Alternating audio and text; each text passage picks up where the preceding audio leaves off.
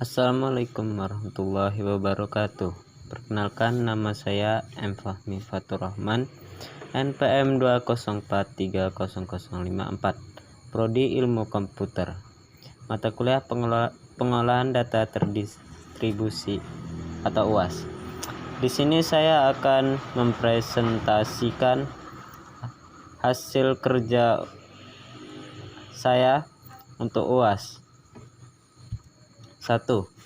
Teknik pengolahan data sentralisasi merupakan sistem yang menempatkan data informasi yang terpusat yang umumnya bersifat tertutup untuk umum, dan distribusi terpusat memiliki mainframe sebagai sumber basis data intranet.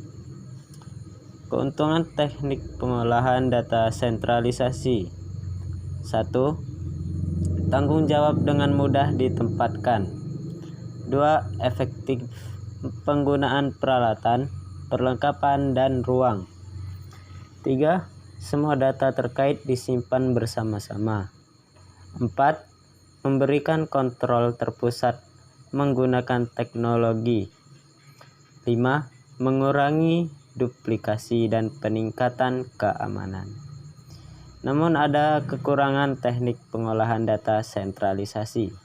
Yang pertama, dapat mengakibatkan peningkatan sistem pengarsipan pribadi, membutuhkan waktu ekstra. 2. Pengembangan sistem dan arus informasi yang cepat. 3. Biaya pengembangan yang rendah. 4. Keberhasilan organisasi tergantung pada kompetensi eksekutif yang mungkin cukup beresiko. Teknik pengolahan data desentralisasi.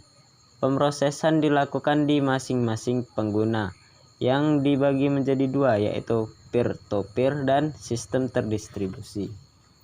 Informasi diletakkan secara tersebar karena desentralisasi ini merupakan kebalikan dari sentralisasi. Keuntungan teknik pengolahan data desentralisasi. Yang 1. Beberapa pekerja yang memang menurut sifatnya harus dilakukan oleh masing-masing bagian atau didesentralisasikan karena mempunyai ciri yang khas. Misal, pekerja mengolah data, membuat laporan mengenai sesuatu yang bersifat teknis. Kekurangan teknik pengolahan data desentralisasi: terpisahnya letak gedung kantor atau jauhnya jarak dirasakan sebagai hambatan. 2. Dampak-dampak yang terjadi pada pengolahan data terdistribusi dapat membawa ke arah positif dan negatif. Karena perubahan pada sistem dapat membuat pekerjaan lebih cepat dan efisien, yang berdampak pada pengurangan jumlah operator atau karyawan. Hal ini dimungkinkan karena kinerja komputer lebih baik dengan data-data yang sudah tersedia, tidak menghalangi ruang dan jarak bekerja.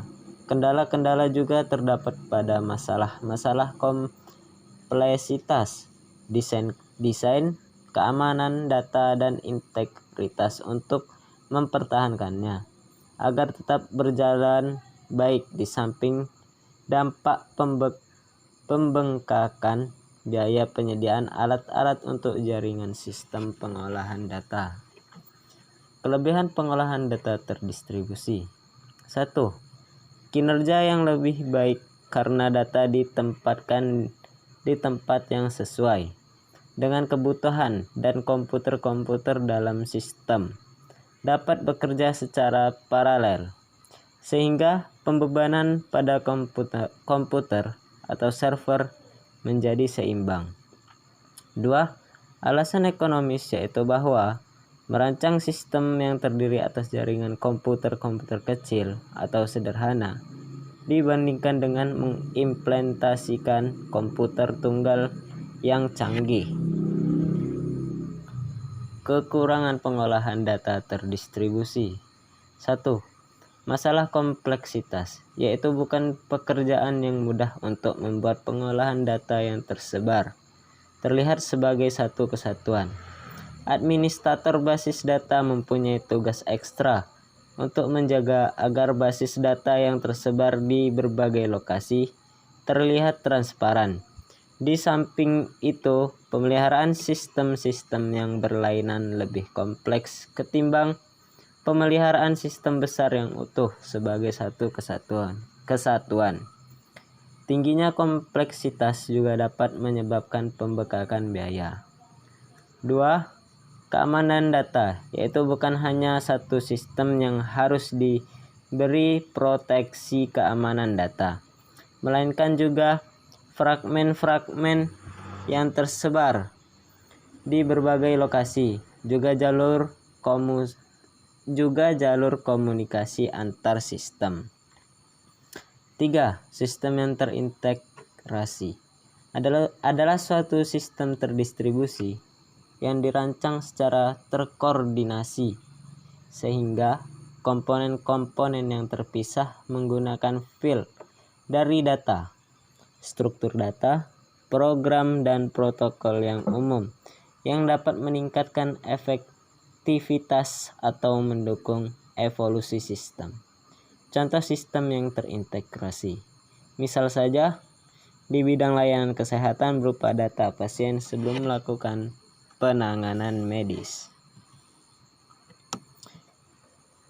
PDT sering digunakan untuk mendeskripsikan komputer yang digunakan di departemen pemakai yang sedikit hubungannya dengan mesin, yang lebih tinggi tingkatannya, atau jaringan sistem dirancang secara independen. 4. Tujuan utama pengolahan data terdistribusi. 1. Produktivitas pemakai. Menyediakan teknik dan bahasa sehingga pemakai dapat memberi hasil yang maksimum dalam menggunakan sistem komputer. 2. Pengembangan aplikasi oleh kelompok pemakai. Menyediakan infrastruktur bagi kelompok pemakai untuk mengembangkan aplikasinya secara mudah dan fleksibel dengan pengontrolan untuk mencegah masalah kompatibilitas. 3. Dialog terminal. Membuat terminal mudah digunakan dengan struktur dialog yang menghasilkan inteligensia yang terdistribusi. 4. Akses untuk sumber daya dan data yang jaraknya jauh. Memudahkan user lokal dan mengakses berbagai sumber daya yang berguna dari lokasi yang berbeda, termasuk program dan data. Mungkin sekian dari saya. Apabila ada salah kata saya mohon maaf, dan kepada Allah saya mohon ampun. Wabillahi taufik wal hidayah. Assalamualaikum warahmatullahi wabarakatuh.